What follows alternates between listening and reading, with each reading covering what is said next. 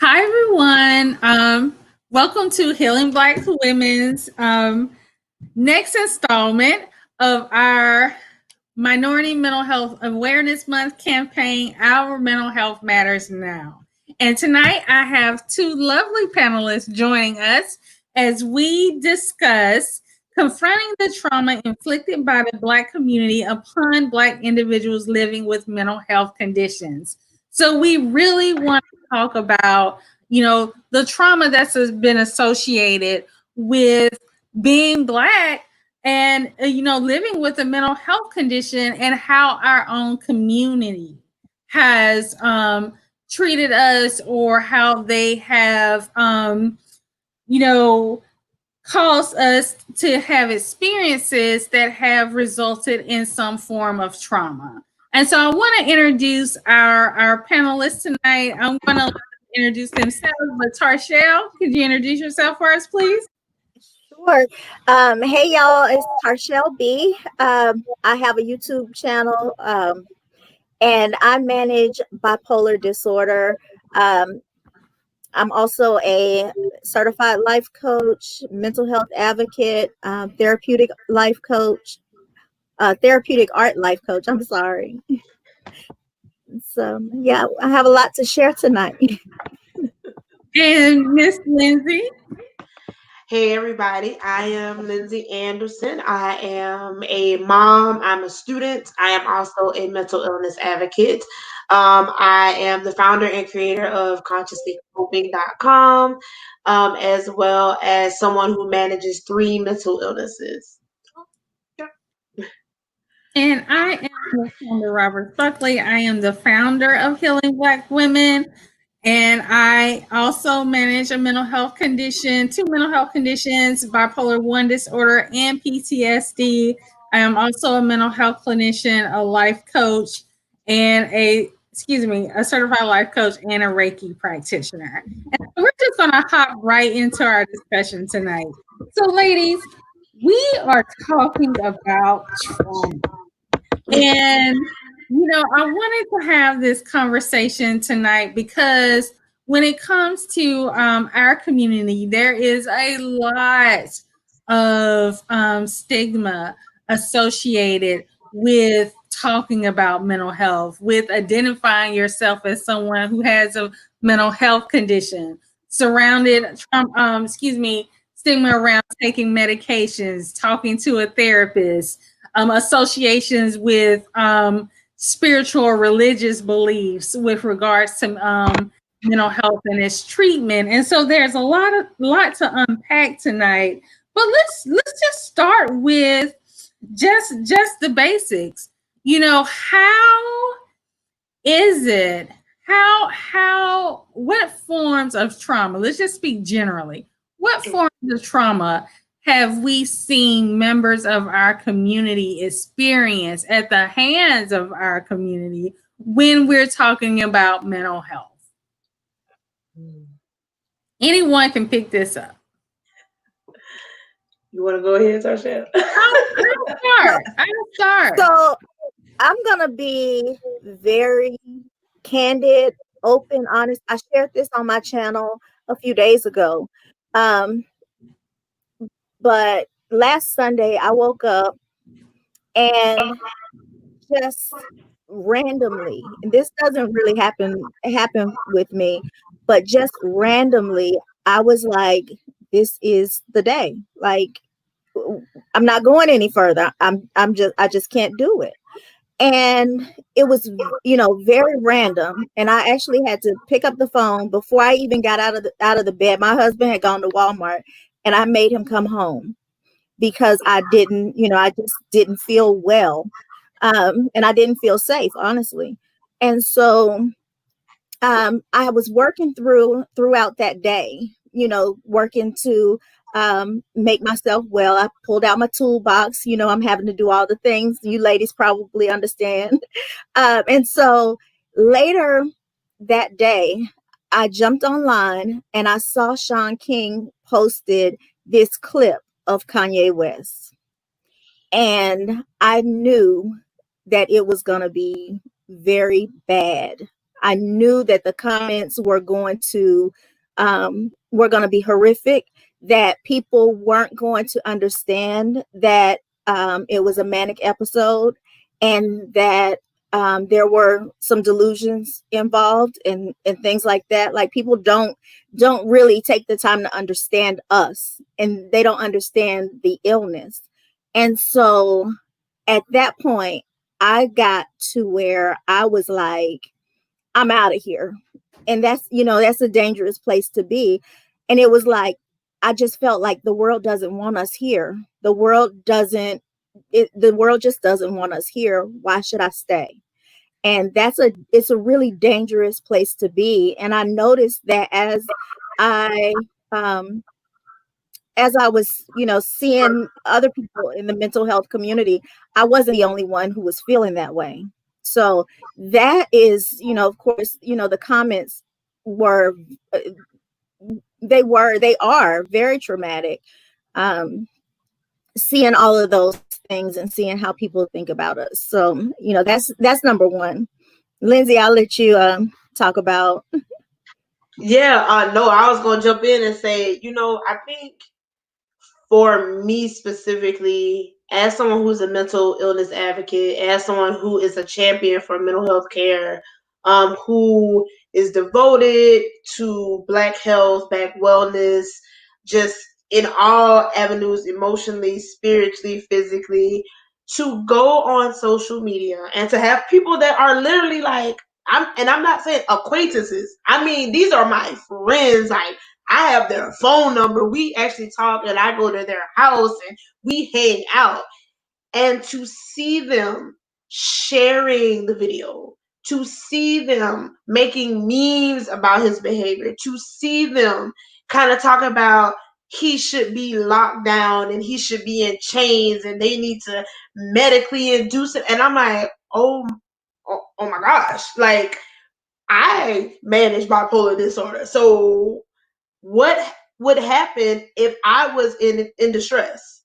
What kind of support am I going to get? Are you going to go on social media and are you going to possibly put these images of me up?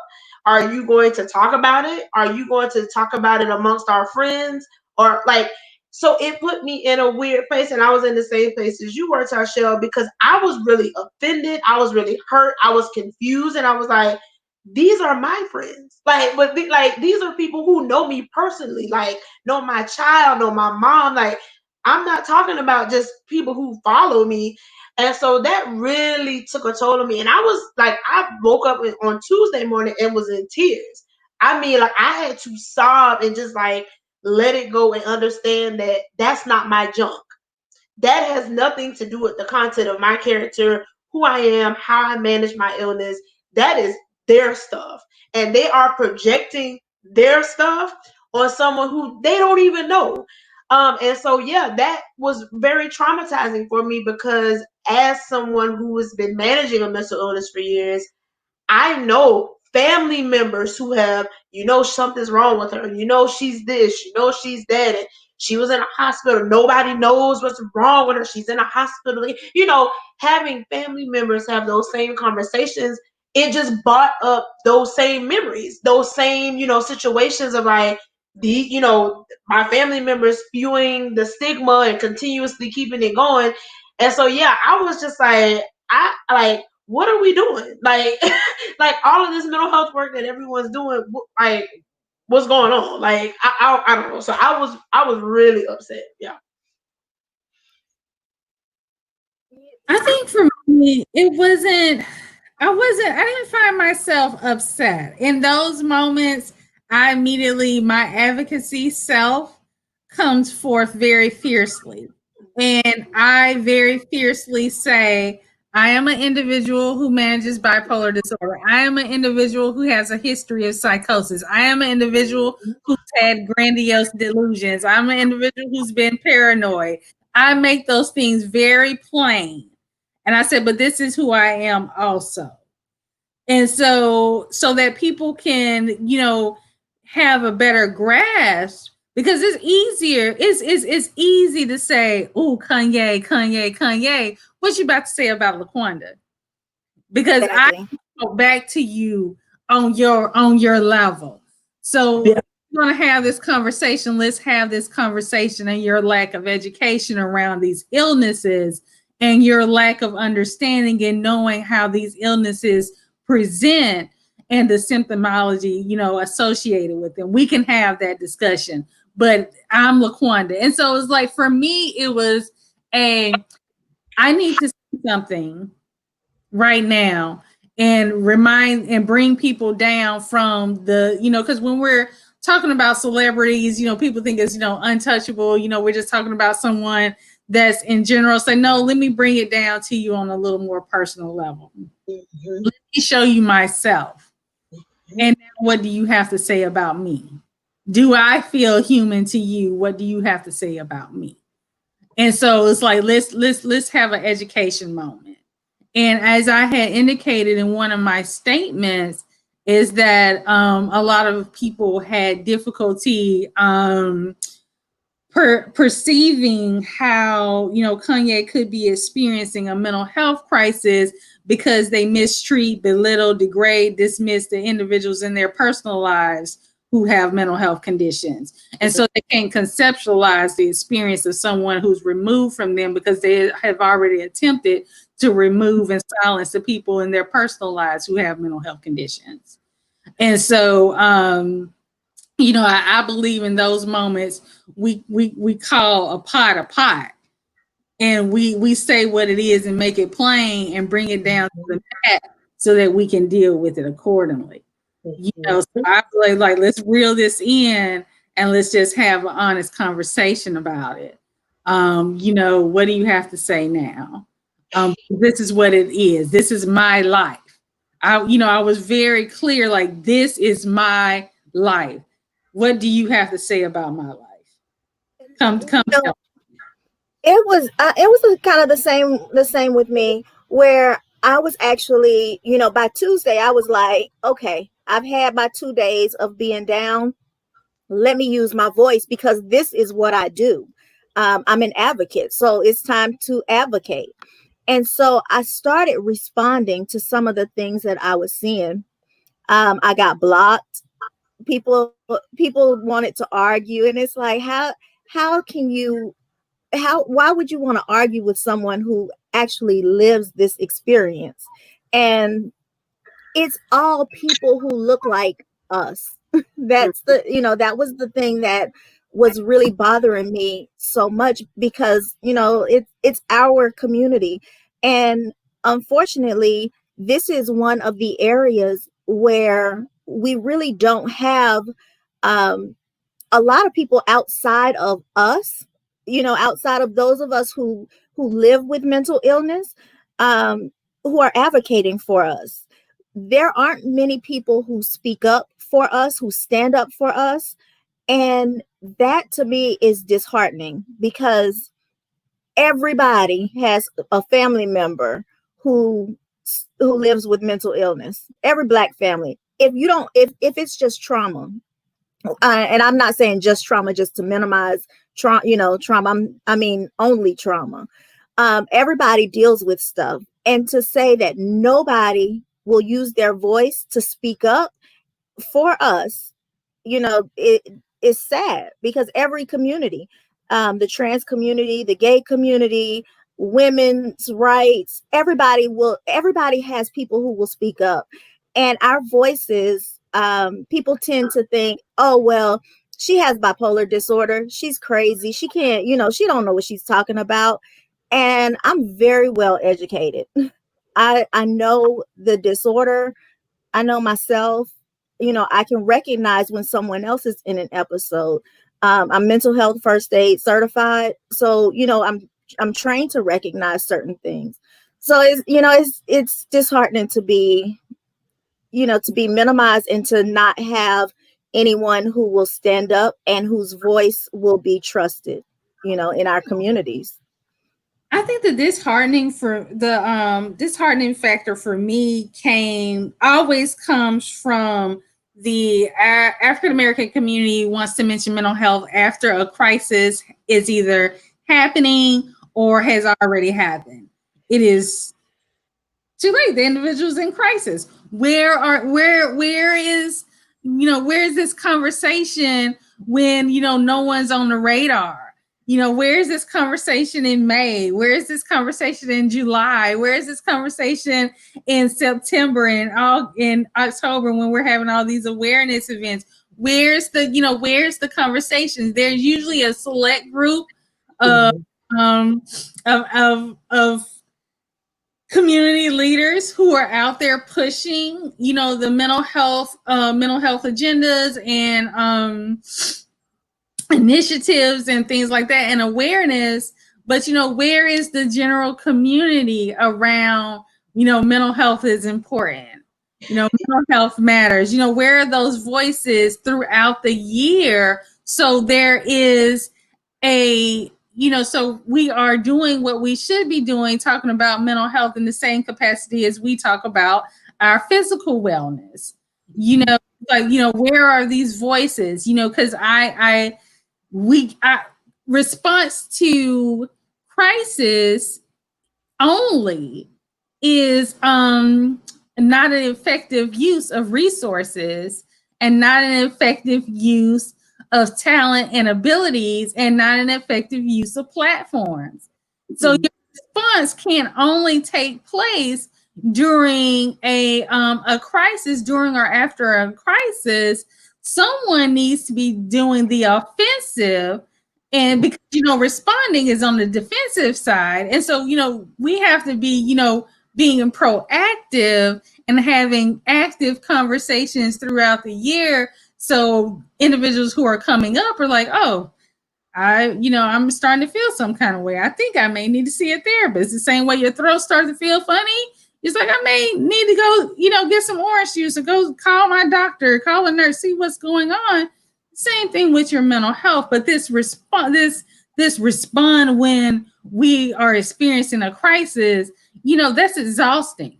Responding, I work every single day in crisis. The name of my department is Emergency Services. Everyone we encounter is either in a crisis or in a perceived crisis.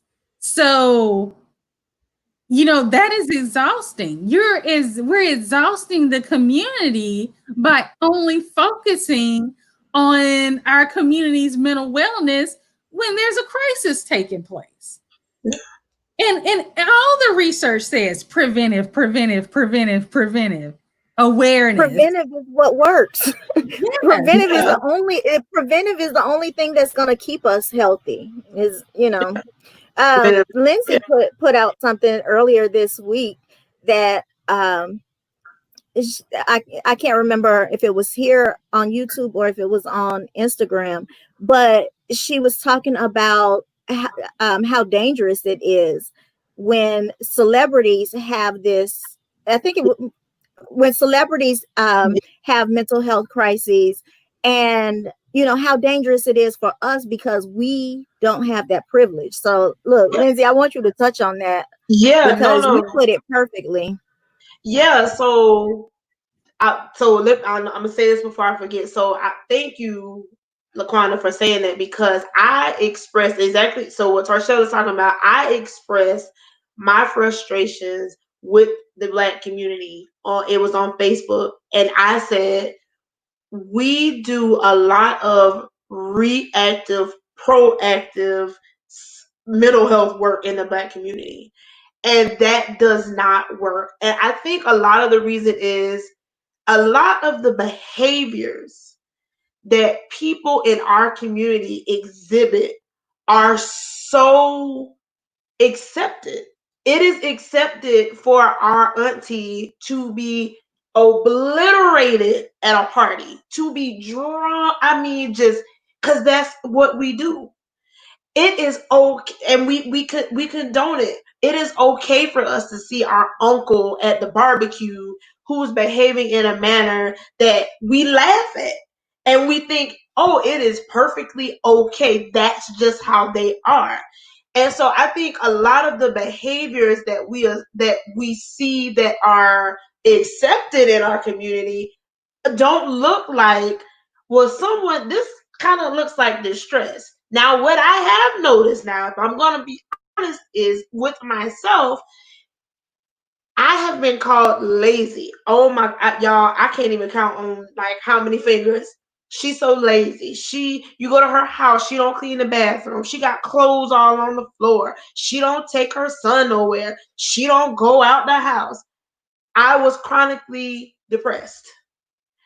If you know anything about depression, then you know you have low moods, you have no energy. I also have anxiety. So the little bit of energy I have went to work.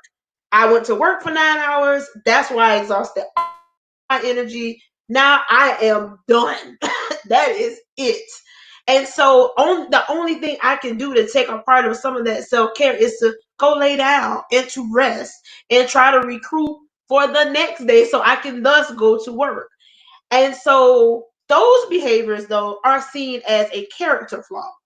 She's a bad mom. She's a bad person. She's sorry. She's lazy. She's trifling. And so that's not seen as something's not right. We need to step in. We need to say something. You know, we saw this with Shaquana Dooley in South Carolina. This was a mom, a Black mom, who was diagnosed with bipolar disorder. And she got diagnosed that same day. And her family, I will never forget, her family, her mom, dad, sisters, Black, everybody in the family, got on the news station and said, for 6 months, all she did was lay in the bed. And the girl, when Oprah interviewed her, and she did something harmful, but Oprah interviewed her and she said, every day I would come home and I would just lay down and I would sob in my bed. And she lived with her parents, and she was older. She was like in her early 30s. And she said they would barge in my room and tell me how lazy I was and how sorry I was as a mother. Every day, she said, I heard that every day for 6 months, and nobody ever asked me, why aren't you bathing? Why aren't you eating? Why aren't you going out anymore? Why did you quit going to work? And so my thing is, if we see these behaviors, why don't we say anything? What harm can you do by saying, hey, LaQuanda, I've noticed you haven't taken a shower in about 2 weeks. Is everything okay? I mean, it's that simple. It's you don't have to dig deep. And I know nobody's a therapist at home, but these are necessary questions. And so, like, I think like it agitates me because I'm like, y'all, the signs are there. Like the signs are there. So that I kind of went off on a tangent, but I wanted to make sure I didn't forget that. But yeah, no. So I was really frustrated, and I just, I wanted to hit on, we are so reactive. Like, this is not the work that you and I have done. This is not what we're talking about when we say healing Black women. We're not saying, okay, well, now that they're in distress, now it's time to whip out all the tools. No. We are saying you have to get these tools ready. And that goes for celebrities as well. And so when we see these celebrities present with these behaviors, we see them, first of all, it irritated me that somebody was even able to record this and then thus share it. That's a whole nother conversation. But it's harmful. It does more harm because we don't have this kind of conversation. We have this muddled conversation online about he's a genius and he's not crazy, and he's misunderstood and he needs, so it's like all of these different conversations, but nobody's listening to the advocates. Nobody's listening to the people with lived experiences. Nobody's listening to the therapists and the psychiatrists and the counselors. All of these resources, like you said, LaQuanda, nobody, like, it's kind of like, nope, I don't see it. But soon as a crisis hits, an influx of, look at this Black therapist, look at this Black mental health advocate, share. And I don't know, it frustrates me. So it really gets under my skin. It's also this continuation of the association of having a mental health condition with the word crazy. To say someone is ill, because I've seen the comments as well, stating, oh, well, he's not crazy. Well, we didn't say he was crazy. You are identifying someone as associating someone with a mental health condition as crazy. So your terminology is incorrect. But no, and even with myself, you know, I had someone look me in my face and say, "Oh, you were just crazy," and I was just like, "Huh." So we are about to fight today. And you know, and that was a 3-hour long conversation that we had after that.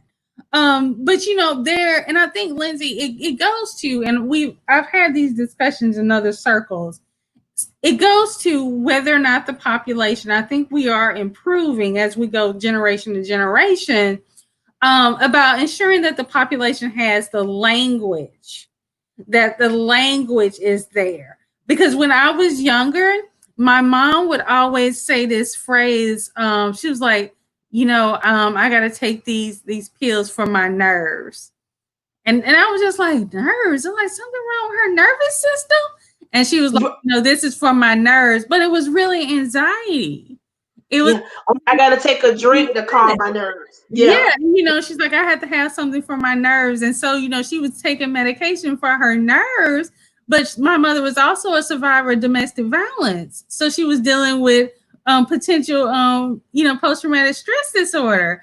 And so there's this language barrier. And that's why cultural competency and cultural humility is so important, so that you can pick up on these cues that are taking place. So you can say, when someone's like, I'm mad all the time, I'm just angry all the time, I don't know I'm just irritated, I'm agitated, you know, and someone's like, oh, you just need to calm down, you know, go grab something to drink. And they're like, it's like, what is this you know, what's going on? And it's about, you know, making things plain. You know, that's why when we have our discussions, I always say, I like for us to have conversations, because I don't like a lot of jargon that people got to have their phones out and Google and Siri to try to figure out what we're saying. I believe in making things plain. And so, you know, it's, you know, the lack of knowledge within the community can become traumatizing for us, which we have all observed within this past week. Just a lack of knowledge of not knowing how conditions like bipolar disorder can present in a person, and how delusions, as an individual, I'm speaking as someone who has had a history of delusions, you know, how that presents. And, you know, understanding, looking like, yeah, I understand how they can say that. I remember when I was talking about I was Jesus, you know, and so, you know, so for us, you know, it's like, oh, you know, we understand there may be something going on here. But for other individuals who are just oblivious, who either don't know or they don't want to know. They don't want to know. Because they don't want to be accountable. This whole perception of, is mental health even real? You know, and so, you know, one of the things that I try to explain to people, I say, have you ever gone to work and had a very long, hard, stressful day at work, and you came home and you didn't want to deal with anybody, and you just wanted to go straight to bed because you were exhausted and collapsed and you felt like you were mentally drained? I said, imagine experiencing that every single day of your life. How are you going to feel after a month, after 30 days? You feel like eating, you feel like sleeping, you feel like taking a bath, you feel like talking to anybody, you feel like going anywhere, you feel like wanting to go to work, you feel like wanting to do your homework. Then guess what? Now you know exactly what someone with a mental health condition feels like. You know, and when people say, I don't understand psychosis, this person is hearing voices. I said, imagine you're in a room full of people and they're all talking about different things in different languages and you don't understand what they're saying. Or they're all speaking the same language and then they're all talking about you and saying negative things to you. But the person next to you can't see any of them. I said, ladies and gentlemen, you now know what individuals who experience psychosis feel like at times. You know, so it's about, you know, making things plain so that the community can understand the experience of the individual who has a mental health condition. And I think we're bridging that gap, but more work. But you know, we have to be realistic. Not everybody's going to join on the board and say, okay, you know, believe that mental health conditions are real. You know, my job isn't to convince someone, right, believe that what I experience is real. I'm not on that path. My job is one thing. You may not believe what I have is real, but you will not minimize my experience. You will not demean me. You will not disrespect my journey. Those are things. And if you do, I elect not to have you in my presence. And so for me, a part of trauma that I feel like that we experience is when people minimize our experience. I distinctly remember, as we talked in our last panel discussion, I would tell people my story, and I literally had someone look me in my face and say, all you did was go to the doctor and get some medicine. Wow. And I was like, wow. What? I said, did you not know? I was in a locked facility. Wow. And was I in a locked facility? When I was at the hospital, I decompensated even more. They put me in the locked facility within the locked facility. They had an open and a closed unit. In less than 24 hours, they shifted me over to the closed unit. So when I was behind 2 locked doors. But no, and it's good, we're having these conversations, and I think we've been talking about it like a little bit. You kind of see this theme moving around about people glamorizing only, well, no, I don't want to say only, okay, so people glamorizing depression and anxiety. And we hear the conversation around depression and anxiety. First of all, what everybody's talking about is situational anxiety and situational depression. That's first. There's a difference. Yeah, there's a huge difference. And so we see these conversations about those two disorders, and not to minimize it, because I have anxiety and it is very crippling. But we don't often hear the conversation around people who experience psychosis, like you said. And so they don't hear it. Like they don't even, so it's kind of like we're unicorns. Like people actually live like that. Like there are people that really experience delusions. Wow. And they live in your neighborhood. Yeah, right. And so I think just having this conversation like this and saying, like you said, just saying it plain, like, no, I've experienced this. This is what I have experienced. So, And it's also, identifying, and I get up and I go to work. Yeah. Wow. And my credit score hovers around 800. It fluctuates a little bit, but Yeah, and I'm in college and I have a 3.8 GPA. Like, whoa. We founders. And I've been married for 11 years in a very good marriage. And so it's like they're like, what? That is this expectation? But also the media plays a role in this, because our families traditionally have not identified those individuals who have had a mental health conditions. They've been tucked away, and they're that's Uncle such and such. He's not right. He's not right. Y'all remember that? They're not right. Mm-hmm. And so you just hear they not all the way right. And so they're touched. Yeah. They used to say, yeah, he's touched. So we would hear that. We would hear those things. And so we're in these positions, we're saying, hey, let's show you what an individual who's living with a mental health condition also looks like, because this media perception of, someone wandering the street, someone's not knowing where they are, and not that those cases don't exist. However, there are a lot of people who are learning to, function and manage that's why I love to use the word manage, who are learning to manage their conditions, and they're not a reflection of what the media perceives us to look like.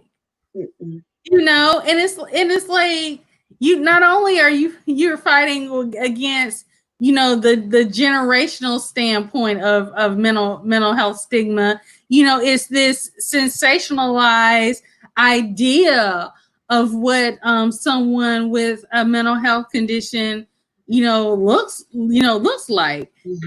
Mm-hmm. Sometimes when it comes to Black women, and we look at the storylines that are written about us, we've gone through all this adversity, and we've taken on all this stuff, and you rarely, now sometimes you do, but you rarely see it in the storyline. She went to see a therapist to help her through all that stuff. She's got this superhuman ability to step up and to take all this stuff on. And so it perpetuates this, we have to be super women, in order to get through life, because we have to handle everything and have these S's on our chests. And that imagery that we see and the reflections that we see and how storylines around us and how we adapt and how we deal with adversity in life, sets this image that we don't seek assistance unless it's from the church. We don't seek assistance, for our wellness, because we should be able to handle that. Right. And, I think people fail to realize that when you are in an episode, whether it's a manic episode, a depressive episode, whatever you're experiencing, your mind is not telling you, oh, you should go get help. All you got to do is get on the right medication. If you manage well, your mind is not telling you any of that. And, it's a misconception. If you're not right, if your brain is not functioning properly, you can't expect you be expected to make all the right decisions, make healthy choices for yourself. It just doesn't work like that. Yeah. The church, child, I done been oiled down and knocked on the floor so many times, and the demon of suicide, they cast it out, and then I go home and I lay in the bed and don't do anything. It's like I don't want to move, I don't want to do anything, because I don't want this demon to come back. Because and it's like, no matter what, and I'm talking about sit and not watch TV. My daughter, when she was growing up, she couldn't watch the Disney Channel because they had all the stuff, That's So Raven and the Wizards of Waverly, all of, I thought everything was demonic. I wouldn't listen to worldly music because I just didn't want that thing that I was experiencing to come back. And I mean, like, I literally stayed in the bed because I was afraid to move. I was paralyzed by fear of, the demons that, that they wouldn't leave. So yeah, that was trauma in itself too. The Black church for me was traumatizing. It's supportive for some people, and if it's supportive for you, fine and good. It was traumatizing for me. Yeah, I think what's been the most traumatizing for me has really been just a lack of support from really close individuals. And I've been really quiet about it because I'm like, man, I don't want to like ruffle any feathers on social media. But I mean, just to really be honest, like, I mean, my friend, and when I mean friends, I mean close individuals. They don't share my mental health work. They don't watch. They don't tell me, wow, you're doing good. They don't ask me for help. They say nothing. They almost treat it as if it doesn't exist. And I've been on calls and said, hey, I got a panel. And it's, today at, 8:00. And it's about, mental health and, whatever. And they're just like, oh, okay, well, I'll call you tomorrow. Oh, all right, cool. And so, and I one of my friends made the comment to, it's a certain group of us, and she said to my other friend, well, I don't know what's going on with Lindsay, but she's going through something. So, I just been leaving her alone. What? And so I think to me, that's that's been the most traumatizing. And I think maybe because it takes me back to being in a mental health being in a mental health facility. And that is a lonely place. It is a very, very lonely place. You are stripped of everything from hair bows to bras to shoestrings in your shoes. You don't have your cell phone. You don't know anyone there. You're already terrified. You probably already don't want to be there. And so I think it just triggers kind of that same feeling of going back to like, oh my gosh, here I am alone again.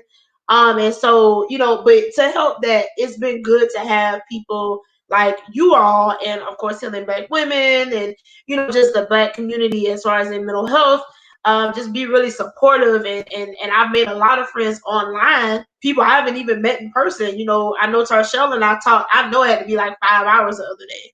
But that was really cathartic for me. And that made me feel good because I was like, wow, I had a rough week with this whole Kanye thing. I'm like, man, I needed that.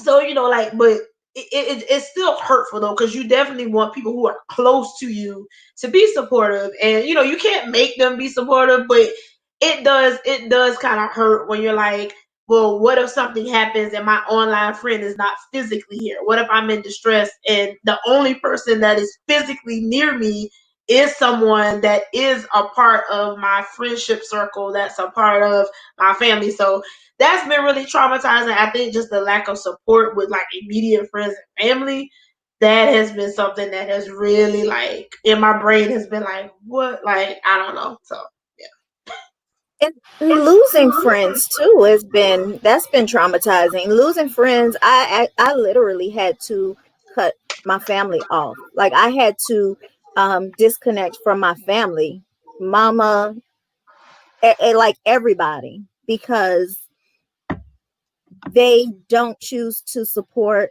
my journey to be healthy. And I kind of describe it as, I don't want to live. I grew up in the swamp. I don't want to live in the swamp for the rest of my life. So, I'm going out over here to fresh water, bathe myself, clean myself up, do better. Now, if they want to come over here, then that's fine.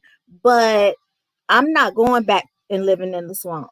I don't want to go back to depression, drama, chaos, all of that. I want to stay where I'm healthy. So yeah, that's been, losing people is traumatizing too. I think for me, it had been I experienced the trauma when we were talking about, the social aspect of when I first started talking about my mental health publicly. I will never forget, I immediately had someone send me a message and say, why are you even mentioning this? You should keep this to yourself. You're never going to get anyone to date you if you say, all this stuff is going on. And I was like, nope, I'm going to say this. And that's that.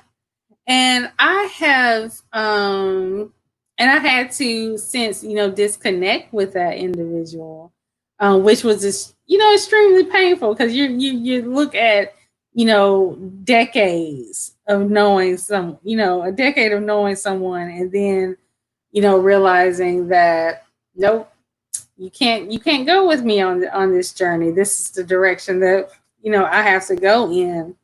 But a part of what, just touching on what Lindsay talked about, I notice when people, how the support that you get when it comes to mental health, but it also tells the temperature of the community as well, right?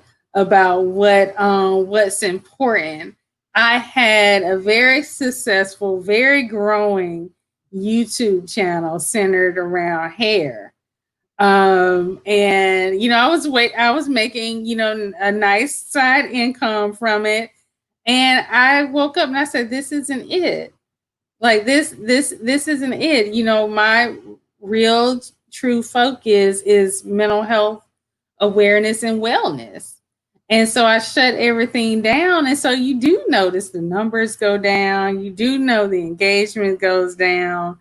And I'll keep telling myself, oh, the people that actually know me in life, aren't even paying attention to, what I do. And then I have moments. And like I had this moment when I was sitting in a room with other board members and they were interviewing me. And they said, LaQuanda, we really know a lot about you already because of all the work that you've done. So thank you for already having that there. And that made me take a step back and remember the people who know you may not be the people who are actually going to see you and help elevate your cause. And so I don't need cousin such and such to say, LaQuanda, I shared this, because stranger X, who's watching me from a distance that I don't know about yet, they're coming my way. And the little things, happen in life, such as, someone asked me to do a mental wellness check-in with them. I said, okay, no problem. And so I did it with them, and someone from the company Eventbrite saw it, and they reached out to me and they said, hey, we saw that you did this, come do this with us. And I was like, oh, okay. So, it's always, in that perspective, I always say there's someone that I don't know who is trying to get to know who I am. And they're trying to watch what I'm doing. And then those avenues and opportunities come because honestly, the majority, 98%, 99% of the opportunities that I have had absolutely nothing to do with friends and family. They were all from complete strangers who saw the work that I was doing. And so that's how I keep my focus. I keep my focus on the fact that, I met the two of y'all. Y'all ain't know me. It's funny because Lindsay came on and shared on my channel on Wednesday, and Giovanna came on the previous Wednesday, and both of them led with, well, there's this lady named LaQuanda, and if you don't know her, and she's the reason why, and I say it too, I say it all the time, if you hadn't shared your story on YouTube, I wouldn't have. And at the time, I was still, major depressive disorder is what the diagnosis was back then. But if you hadn't shared your story, I would not have been comfortable when I got my diagnosis. I probably wouldn't have been as comfortable with the diagnosis because I had already learned a lot about bipolar disorder just from following you from your videos. I had, hope. So it wasn't like it was a death sentence for me. And so anyway, but I was gonna say too that that YouTube, when I do mental health videos, the views are so low. And I can do a planner video where I'm just laying down stickers and, the views are much higher. So, I used to get discouraged by the numbers and all of that. Now I don't even really look at it. I'm just like, is it reaching who it's supposed to reach? And based on the DMs that I get, I literally get emails, long emails, and I get people send me things in the mail and thank you cards. And, it's like, that's what makes it worthwhile to me. When people say, I went to therapy because of you. I have one lady who, she started going to therapy. The therapist recommended she go to a psychiatrist. The psychiatrist noticed some things and recommended that she go to a neurologist.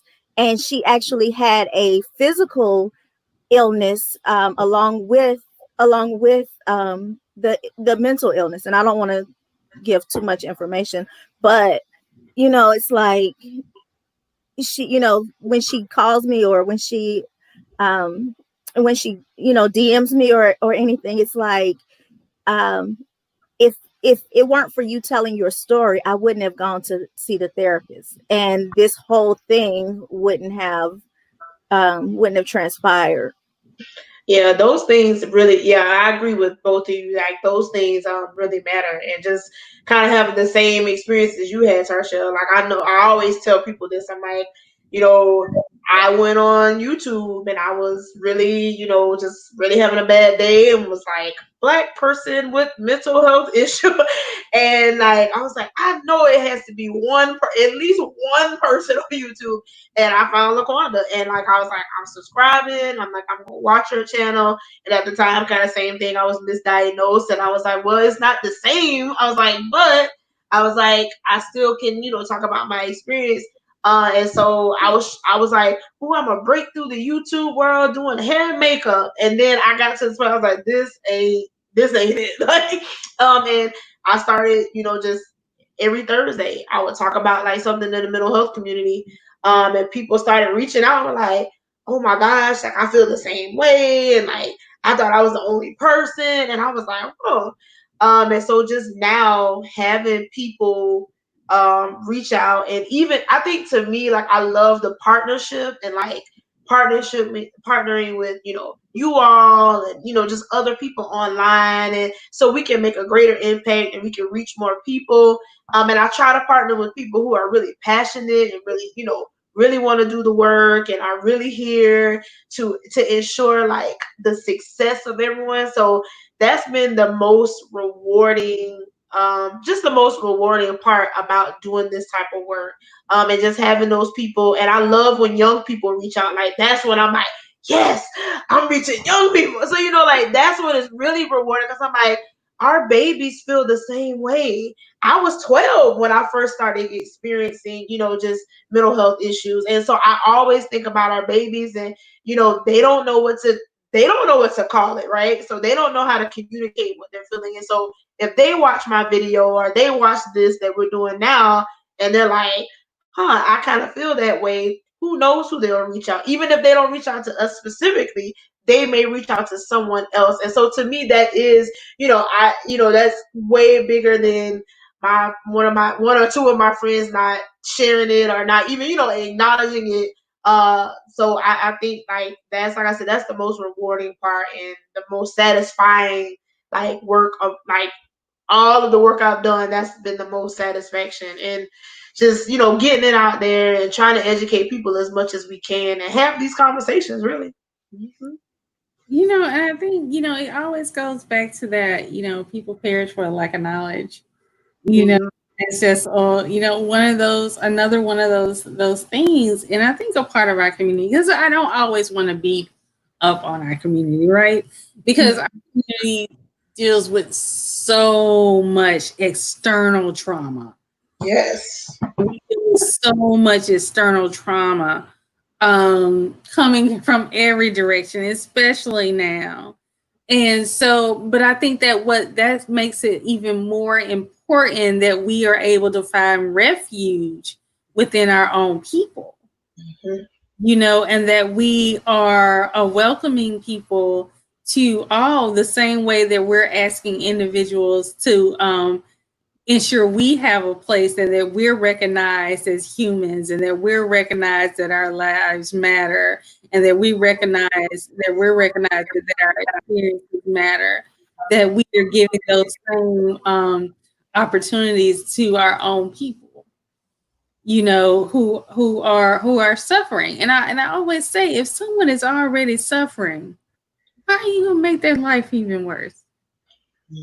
Why would you make someone's life even worse by stigmatizing their ability to seek help?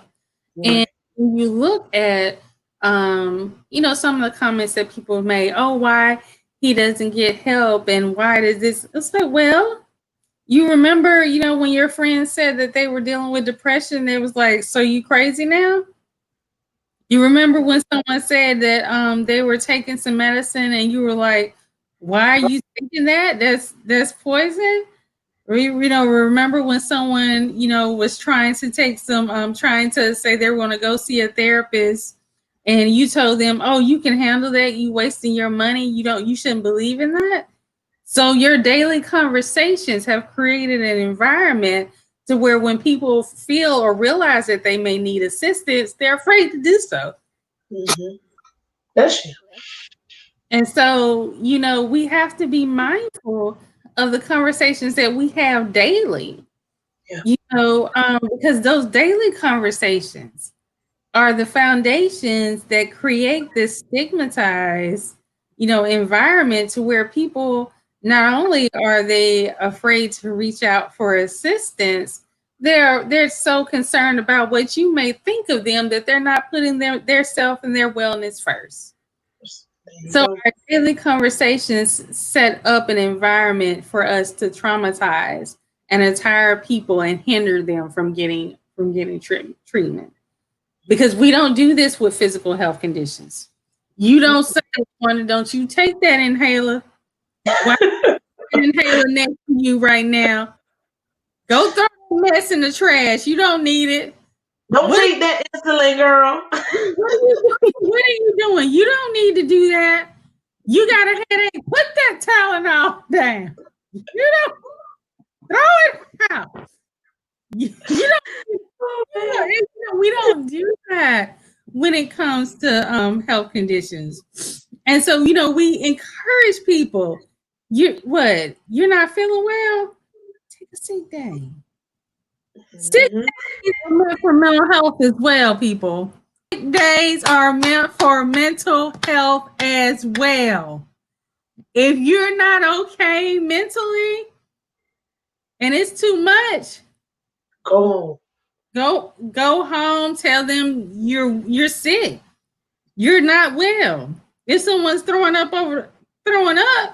they going home. If you can barely step to your office and when you get to your desk, you exhausted and you got to put your head down and feel like you got to take a nap and you can barely talk and somebody comes to you and you irritated, you don't need to be there. And it's not just mental health day. No, I'm taking one of my sick days that I work for. Yeah, I'm sick. I'm having racing thoughts today. I need to go get my medication adjusted potentially. I need to get on somebody. I got some stuff to do. I'm taking today. Honestly, when you're in that state, you're not going to be productive at work anyway. You might get some stuff done, a couple little things, but you're really not going to be as efficient as you would be if you do take the time off and then recharge, refresh, and go back. So we have to take care of ourselves first. And you're right about all the language that's used in our communities. We're told we're discouraged from getting the help, but then out of the other side of the mouth, it's, well, why won't, in this situation, it was, well, why won't Kim take him and, have him committed? And it's like, you don't even know what it takes to have someone hospitalized, not committed, to have someone hospitalized, he doesn't meet the qualifications. And it's not, I kind of feel bad for a lot of caregivers because they go through a lot. Well, okay, let me just speak for my husband. He goes through a lot to deal with, to deal with me and to work with me to make sure that I stay healthy. And, it's a lot of extra on him.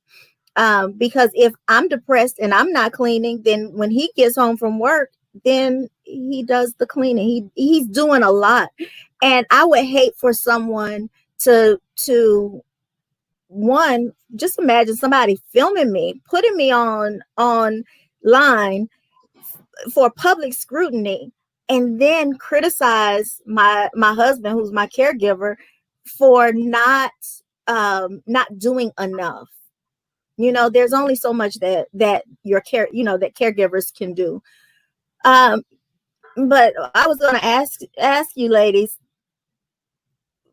for me, it was a lot of vicarious trauma watching someone else's episode. That's, a little triggering. But then, again, the comments and the memes and the gifs. I saw one thing thing, and it was Harriet Tubman slapping Kanye. And I actually asked the person who posted it, I said, so are you saying that, people who live with mental illness, people who live with bipolar disorder should be abused, should be physically abused? Because that's what this meme says. Things like that are hurtful because, we don't have the money, we don't have the resources that Kanye has, that Tamar has, that Nick Cannon has. We can't just, go into hiding or go into, have our PR person. We can't do that. We have to still continue to live our lives. And if the people around us think these things about us when we're ill, then that's a problem. When they think that, oh, well, if somebody's going through an episode and they say something that you don't like, you just slap them. That's not okay. Oh, well, if then you just lock them away. You make their caregiver lock them away. That's not right. So, it was, for me, it was that trauma, too, just the vicarious trauma, because no, it didn't have anything to do with me. And I equate that, what I was feeling, to when we saw, I don't want to get too deep with it, but when we see violence against Black men, mm-hmm. and the entire Black community gets upset, that to me is the equivalent of what was going on with me over, throughout this week, when I saw how not just Kanye, but we had some other situations too. When I saw the comments and saw all the everything, the memes and all of that stuff, and the commentary, it was horrible for me. And I had that same reaction, and it was a visceral reaction of, why isn't anybody doing anything? Why is this okay? But whereas the Black Lives Matter movement and all Black people in general stand up when something happens in the Black community as a whole, where are our allies? Where are the people who speak out for us in the midst of this? So anyway, I'm off my soapbox. I just want to know. I think, to me, like kind of what LaQuanda was saying a little earlier about like how we in the Black community, we experience so much, right, from different external environments. People profit off of our pain, off of Black people specifically. They monetize our trauma. They benefit from it. It's very beneficial. They get something from it. And so I think, just that's how they, that's how they view it. I have my own personal issues with Shaun King. So even him, I don't follow him because he constantly shares images that are traumatizing. And I know some people are like, oh, well, we gotta see it to know it happened, and we gotta see it to do something. And I'm like, I ain't gotta watch nothing. And so even with Kanye, like as soon as I saw the piece of the clip, and I was like, nope. Like I was like, nope. I didn't share it. I didn't share it with a friend. I didn't tweet it. I didn't tag it. I didn't do anything. Because I'm kind of like you, Tershelle. Like that to me it does a lot of damage. Because like I said, we just have people who have these muddled conversations, and it just makes the framework of what we've done. It does so much damage, and we know, people don't understand that. Like you said, these are behaviors, these are symptoms. Kanye is still a wonderful producer. Like we can never take that away from him. But he also has a mental illness, and that's okay. And like it's okay to have that duality. Like he can still be an awesome producer and musician and still manage a mental illness. Like that's perfectly okay. And we put celebrities on pedestals even that conversation, like you said, like people are like, oh, well, he has all this money, why don't he just get help? I mean, people have insurance and don't get their annual pap smear. People have insurance and don't get their teeth cleaned at the dentist. People have insurance and don't get their blood pressure checked. People have insurance and don't go get the free medication that they give you at Publix. So I mean, I'm like, it has nothing to do with you having the financial resource. That's not how the illness doesn't go. Oh, you know what? I got $1 million. Let me go call that therapist. Yeah, I'm good. Like, it doesn't work that way. No, it doesn't. It doesn't work that way. It doesn't work that way. And I think, just people not understanding that these are behaviors that come with the mental illness, and these are symptoms of having a mental illness, and having that dialogue and people understanding like the illness is causing him to behave this way. And their mood disorder. So we have a challenge regulating our mood. Like, that's simply all the mood disorder is, just being unable to regulate your mood. We have to manage it in a different way. So I don't know. And I think I said this before, like, I have behaved in ways from anxiety. Like, I have been extremely anxious and have been on like a ball of hell. Like, I have been like mad and nasty and angry and frustrated because I am exhausted. I can't sleep. I got a headache. I got IBS. I'm anxious. I'm worried, and you stressing me, and I'm about to cuss you out because I want you to get out of my face. And so I've even behaved ways just simply from generalized anxiety disorder. And so, like, I think, people don't understand that even a lot of these illnesses have very similar behaviors and symptoms. Like, they kind of, and that's why it's kind of difficult to get accurate diagnosis. But I think it's just, the lack of education, but then also the lack of willingness to be educated, right? The lack of people even saying, I want to learn, I want to understand. Because if people don't see it as a benefit, like, if it's not like, how can this directly benefit me right now, then it's of no importance. People think I am more apt to come in contact with a police officer than I am to have a moment of distress or crisis, which is not necessarily true. Millions of people have mental illnesses in America. What is it, 44 million people? I mean, we see people every day, new people we know, loved ones. Those people have mental illnesses. They don't say it, and we may not know it. But I just think it's a lot. It's a lot. And so I think, if we can get people to see the benefit of being educated, the benefit of understanding, having resources, being able to share it. We're not asking for people to be therapists. We're not asking you to read the DSM. Like, no. We just need basic knowledge. Like, that's all we're asking for. Just like, have the basic knowledge. And then, you can not only help someone else, but it can help you as well. Because then you can identify in yourself, something about this isn't right. Something about this doesn't seem right. And so, it's not only protecting your friend or supporting your friend, it's supporting yourself too. Because mental health, we all have to take care of our mental health, and so, yeah, like, it's so much, man. It's so much stuff. And I would, I'll say, for me, when things start to pop off, I stay out of, I disconnect from social media because I already know that social media can become traumatizing for me. Not only that, but it's very triggering for me because I want to pop off.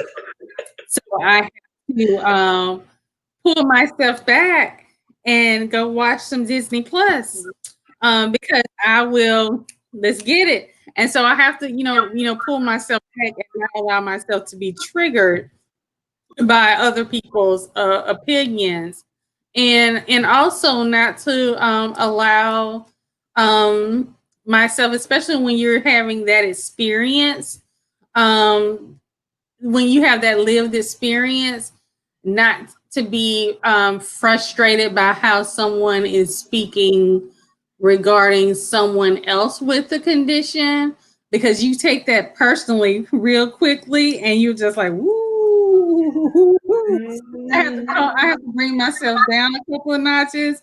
And I was like, okay, let me regroup. How do I address this without cursing every other word? Because this is personal. You're talking about my life.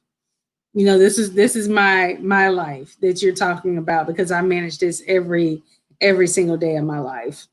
It becomes dangerous too, because we're because other people see it, and people in positions that make decisions in your community, hiring managers are looking at that. People who you know approve whether you get an apartment, or you know, things like that. And if you have bipolar disorder, then they say, oh well, I don't think she can work here, I don't think she'll be able to do that because she's going to be acting like that. And it's dangerous for us, you know. And I think make people not want to deal with us. That the discrimination is also traumatic. And you know, I think you hit the discrimination beyond, you know, the personal circles, the discrimination in housing, the discrimination when it comes to employment. You know, those things are traumatic. You know, even myself, and I have, you know, and I work in mental health. You know, I have had, you know, manager asked me if I'm sure if I can handle certain things, because, you know, of my mental health. You know what mine was is how are you going to keep your sanity with the additional responsibilities? This was during an interview for a promotion. Mine was, I went to volunteer for a large organization. I'm not going to say their name. And one of the people that were in the organization said, I'm not trying to be rude, but you have all of these illnesses going on. How are you going to be able to really be a volunteer for us? And I was like, well, I'll be doggone it. This is a mental health organization, and you asking me how am I going to be a volunteer? Wow, okay. And they never called me. They were like, oh, it was like 7 of us. And they're like, we'll call you back if we need you, and so and so. I never heard anything back. Yeah. So. You know, and you know, that's another thing, because when you get into these circles, these mental health circles, you start to find out that some of the individuals here discriminate against you, traumatize you, and you as well. As a clinician, I had been for a long time very cautious about how I present myself, because individuals will look at you a little bit differently, you know, because, you know, I generally don't have a problem in making myself known, my experiences known. And I always tell my supervisors who are over, my hiring supervisors, I tell them that in the interview. I said, look, this is who I am. So are you about to tell me that the people you serve can't be like me in this position? What are your goals for them? Because if your goals for the people you serve are limited, then your goals for me as an employee are going to be limited as well. And I don't need to work for you. You know, and so, you know, I have found that some of those spaces can be as unfriendly as spaces that for people who don't have that knowledge. Because even within the profession, there are individuals who have misconceived and misguided expectations on the functioning of a person who has a mental health condition. There's this view, this narrow view that they have with regards to, oh, this individual can only function at this level, and they're not able to do these other things. So the goals and the expectations for the person that they're supposed to be serving are limited. And so, you know, you do find that. You do find that in the profession. And I tell people, it's like the mental health field is like every other profession. And you have people who are really, really passionate, who are really, really good at what they do, who are effective, who are efficient, who are inclusive. And then you have individuals who are there. And that's it. And like any other profession, they may cause harm.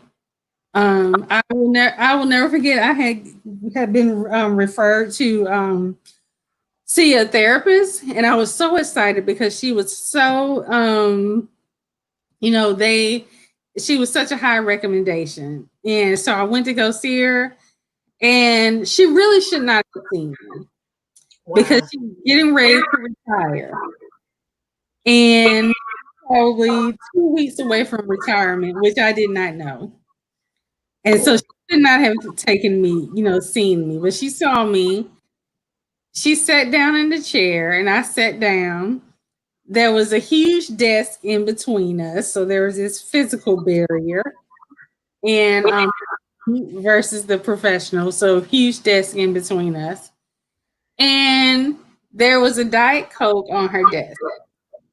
This woman started talking to me, grabbed the Diet Coke, opened it, stood up, turned her back to me, went to the window, was looking out the window and drinking her Diet Coke during my session. During my session. And that's just disrespectful. Yeah, I was like, I didn't know what to do. I was like, and she was talking to me, and I was just like, is she serious? Girl. But, and I've had experiences where, I had attempted to connect with a new psychologist, and I had waited like a month to see him because his schedule was jam-packed. And I got to see him, and I go in, I'm excited because he was willing to see me, and he tells me, I'm really only seeing you because you have a history of psychosis, and I'm really interested in psychosis. But once you stabilize, I'm going to have to transfer you to one of my colleagues because I don't want to be your lab rat. What? Said that to me. And so the therapeutic experience can be untherapeutic and traumatizing for people. And so I don't want to exclude that from the conversation because those experiences, contribute to, how an individual may perceive receiving treatment. My first experience was traumatizing. My first experience, my first hospitalization was also my very first encounter with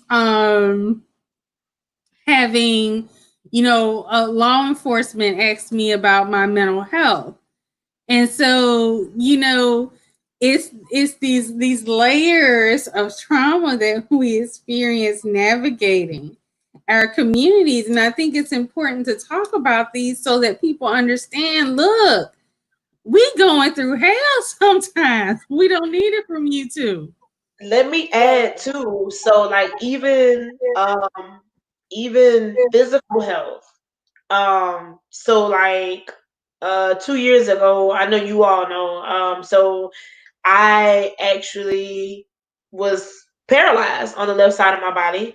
And so I remember like being in the hospital, and soon as I said, I have bipolar disorder, I take I'm on Lamictal. I also take, propranolol for anxiety. Immediately it was, oh, well, yeah, we can't find anything wrong. We've done MRIs, CAT scans. We really think, it's really just anxiety. And we really think you should just like go to a psychotherapist. And I'm like, how am I going to go? I cannot walk. And so they were like, well, I mean, stress does this. I was like, stress ain't never did this. I was like, I have never. And so they're like, oh, it's conversion disorder. Like, that's what it is. And I'm like, so how am I going to get, like, what? And it was, I mean, it was a horrible, I remember crying, and the doctor, my mom was in the room, and the doctor said, she said, why are you crying? And I said, I can't walk. I can't use my arm. I can't blink my eye. I couldn't see. I had gone blind. I was like, I visibly cannot see you out of my left eye. And you're sending me home and telling me it's because I'm stressed and I need to go to psychotherapy and possibly do what was it? It was they told me that I need to find somebody who can do hypnotic therapy. And I'm like, I can't walk. Like, y'all, I'm like, y'all, I'm 30. Like, I cannot physically walk. So that was, I mean, that was traumatizing. But that's happened before. Like, I've gone to the doctor for stomach issues, and they were like, oh, you have anxiety. It's probably IBS. Come out, it was actually something else. I had bacteria, and I had to, like, actually go to, like a cancer doctor. I mean, I've literally had physical health conditions, and they've wrote it off as, oh, it's just you have bipolar disorder. That's what it is. It's a part of the stress. And I'm like, no, like what? So that can be very traumatizing as well. As soon as you tell a medical health professional that you're managing a mental illness, they kind of write you off as like, she don't know what she's talking about. Like, she's probably a little hypomanic right now. She's probably a little depressive, whatever. So that can definitely be traumatizing, just not being heard or being seen by your medical health professional. I was lucky in that aspect that when I got here, my and it helped me a lot because I like to see reflections. My PCP manages bipolar disorder as well. And so, he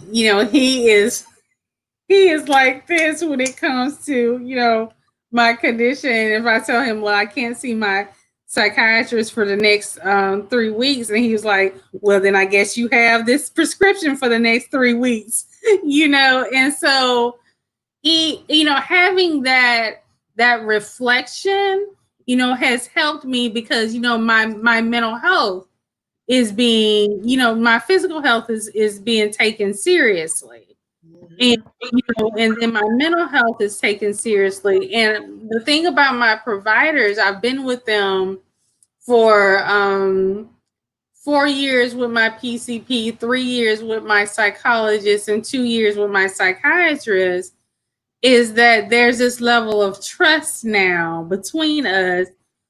But also there is a level of ownership that they have allowed me to have with regards to the direction of my mental wellness. And I appreciate that because when I tell them I am in crisis, they respond because they know that I am in crisis. And but they allow me to make certain, they allow me to make the decisions regarding my mental wellness. They were like, okay, when you need to go to the hospital. We've always known that when you need to go to the hospital. Just let us know. My psychologist is very, very specific. He's like, if you have to go to the hospital, I need you to call me so that I can coordinate where you go, because I don't want you going to certain places, because where I live, a lot of the hospitalizations are guided through, some of them are guided through our local community service mental health thing. So he's like, no, we're not calling, 911. You're not calling the emergency service line. You're calling me. And then he's going to call the people he know, let them know I'm coming, and we're going to do it that way. And so it's that aspect of having someone to allow me to make my mental health decisions and considers me as the captain of my mental health treatment team. Yeah. And I think that lack of assignment, respect, and responsibility for the individual and allowing them to lead the team can be traumatizing, because you feel like you're always having people tell you what you should and should not be doing, and you don't feel involved in your mental health treatment. You feel like your mental health treatment is something that's being done to you, and that you are not um, being a partner in something that is about you. Yeah. Yeah. So, Yeah, that's really important. Yeah. Now, during that situation, I wasn't home where I am, in my home state and city. So now, of course, I'm back with my PCP. I've been going to her since Lord knows when. But when I moved away, I, didn't have her. So now that I am back, I'm on her consistently, have the same therapist. They're all working together. I told her, I was like, hey, I was like, when I moved back, I couldn't walk. And I was like, you put me in therapy, physical therapy. I was like, so can we start going to a neurologist? She's like, oh yeah. So I actually have an appointment in September, so I'm excited. So we're adding a neurologist and trying to figure out, because I'm still having some issues. And so, doing that. But yeah, it's important, that you get someone who listens, and like you said, just takes what it's your body. I mean, it is your body. Like, nobody else is living in your body but you. And so no one can tell you how you feel. So yeah, it's definitely important. So to be a part of that, and that gives you power. Like, you feel like, I'm empowered. Like, okay, great. I'm a part of this care that is for me. I'm not just someone who's being handed medication. I'm a part of this. And so that definitely can be important. Yeah. I agree. I've been with my psychiatrist for coming up on 6 years, and every step of the way, every medicine that she has that she's prescribed, she this is what the common side effects are, and she even has given me a choice. There was when I was first diagnosed with bipolar disorder, she says, well, this one does XYZ, this one does this. Which one do you think you would want to start off taking? Because when you are going through and they're trying to get your meds straight, it's trial and error, and it's not common for them to get it right the first time. And so, she gave me the option. She said, well, these are the two common ones that, I think would be, and she allowed me to have that choice. And that first one, it didn't work at all. It was horrible. It sent me into psychosis, and it was a very, very bad experience. I wouldn't recommend that. The second, when I got on the phone and I called her back and said, I need to come back in because something's not right. And so, she allowed me to say, I'm ready to try the other medicine. And the other one, thank God, works perfectly. Just because you take meds doesn't mean that you won't have an episode. That was something else that I saw a lot with these situations was, if Tamar's taking antidepressants, then she shouldn't be depressed. Or, Kanye he just needs to take his meds. You can take your meds 100% of the time on schedule. You can eat the right food, drink your water, exercise, do all of your self-care, and an episode can still happen. And, people need to realize that no matter what we do, we're always at risk for having a crisis or an episode. And we just have to have something in place ahead of time. I have a RAP plan, a crisis plan. So, if a crisis does happen, it's already listed out everything that needs to be done. That's important. and I think And medication can be a whole nother conversation, probably will be a whole nother conversation. But I think a lot of, you know, when we look at, as Tarshell was saying, not just if they were taking their medication, or if they stopped taking their medication. First, to those people, you stop taking your antibiotics after 4 days, and you're supposed to be on it for 10. But you feel better, so you stop taking it. So guess what? Guess what we do? Okay, so You're absolutely right. So let's clarify that. Bit on the head. But it's this experience with medication, and it goes around this education piece, education that people don't understand. It's like Tarshell said, you can be on medication and it's not the right one, or you can be on medication and then it stops working. And that's what happened with me. The very first time they got the combination right, and after they got the combination right, after 7 years, it wasn't right no more. And I ended up in the hospital. And it took a while to find a medication. They were changing dosages and doing this. And then they found a medication that was working for me. And then my kidney function began to decrease. And so they were like, now we got to choose between her mental health and her physical well-being. And then, I had gotten with my psychiatrist, and she focused on holistic health. And she said, well, let's do this. And her approach worked, worked for me. And she will ask me, do you feel like, not, I want you to go to the hospital. Do you feel like you need to go to the hospital right now? And I will let her know. I was like, no, not right now. And I remember my providers, I was ill, and they were trying to keep me out of the hospital. And my psychologist, I absolutely love him, because he doesn't say, you're going to come see me every day this week. He'll just, at the end of the session, he's going to say, so what time am I going to see you tomorrow? What time am I going to see you Wednesday? It's like, what time? But 1 week to keep me out of the hospital, I either saw my doctor or my psychologist every single day.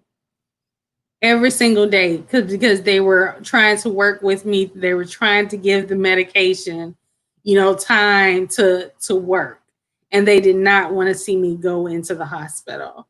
And so, when people see that you're taking medication, and that you still end up in the hospital, or their loved one is still sick, and they don't understand that, then the conversation, well, it's not working anyway. I don't see why they even taking it. So it adds to that layer of that lack of understanding that, it doesn't always work the first go around. And like we said, it is a trial and error, because these medications don't work overnight. And, it has to get into the system, and then you have to do your work as well. And so, it's this period of adjustment and education. It seems like sometimes, and again, this goes to the broader spectrum of why we experience trauma from our own community, is that individuals will say, you need to go to therapy. You need to go to see your psychiatrist. You need to take your medication. You. Then we get in therapy, and the therapist is saying, reach out to your support system. Well, my support system told me to come talk to you. That is the truth for real, because it's like, oh, well, here, we just want to throw you over there to the therapist. And it's a pet peeve too, when people think that therapy is the end all be all. All you have to do is just go to the therapist, and they're going to make everything better. No, you actually have to do work in therapy. So, just telling people just go to therapy. So, sometimes you have to back up, and it's not even, therapy isn't even going to work until you get to a place of stability. If you are in psychosis, what is therapy going to do? You're going to sit there and you're going to be talking, and whatever delusions you're experiencing, that's what you're talking about. So, I mean, it's like sometimes we have to, take a step back and not think that therapy is the end all be all, or that's just who you call. You just find a therapist, pick up the yellow pages and, find a therapist and go. It's not that simple. It's not that straightforward. And sometimes you need to de-escalate after therapy, because therapy ain't roses and ain't what it seemed like on TV. It's not, because you're unhashing, and you're working on some things, and you're confronting things that you can't say outside the door. My partner, he goes to therapy, and when he's had a session where he did a lot of work, he tells me, he's like, my session was heavy today. And so I know how to navigate that space with him, or if he needs space to himself, or he'll say, I may need a little time, and then we can regroup, later, because therapy, you're not going to come out of therapy every single time saying, "Ooh, I feel great. Let's go get it. I'm about this business." Some days you walking out of there like, I feel worse. And then you want me to come back? I don't want to write no letter. but that's the process, because you're working. You're working, and you're building the foundation. People want to see that pretty house, but they don't want to dig in the dirt and remove the roots so that the pipes can be laid and the plumbing can be laid out, so the cement can be prepared, and then we get the framework up, and then we start to put in the electrical. But everybody want that house. But therapy is not therapy, but the mental wellness journey is everything that goes into building that house.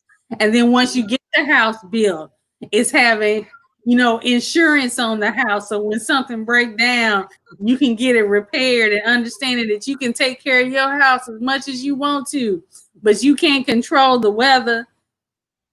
You can't control if it rains and floods. You can't control if a tornado coming. You can't control if a hurricane coming. There are outside forces that's going to impact your mental wellness. And as we deal with these forces, and we deal with our internal struggles, we need the support of our community, and not for our community to further traumatize us. Because what you need us to do, you need us to seek out assistance so that we can come back and be contributors, positive contributors to our community. Because when we're all well, we can all move forward. Mm-hmm. And we can't do that if you calling me crazy. Because I'm going to hide, and now you don't have the full force of your community. You don't have Tarshel's voice. You don't have Lindsay's voice. You don't have LaQuanda's voice. And you need all your players on the field in their best condition, so that we can all progress together. Now, ladies, I like to keep the time. We've been talking tonight. I'm like, we have really gone over tonight. But it was great conversation. It was much needed. This was therapeutic for me. I can't. Well, LaQuanda, you are a therapist, so I can say, well, it was therapy tonight. But no, it was very therapeutic. This has been great. Yeah. But for anyone who is listening right now and you want to share this video will be available tomorrow on healingblackwomen.com. I would like to thank our panelists. Panelists, could you please let individuals know how they can find you? So y'all can find me right here on YouTube at Tarshel B is my channel. Also on Instagram, I'm Tarshel B. So I'm pretty easy to find. You can find me here on YouTube as well, as Consciously Coping. You can also find me on Facebook, Instagram, and Twitter as well under Consciously Coping. And if you want to follow my personal Instagram, that's fine. It's Yes That Lindsay. That's it. And you can find me at LaQuanda's Heart here on YouTube, as well as LaQuanda's Heart on Instagram, and at Healing Black Women on Instagram and Facebook. So thank you, panelists, so much for joining us, and thank you for everyone for viewing. Thank you.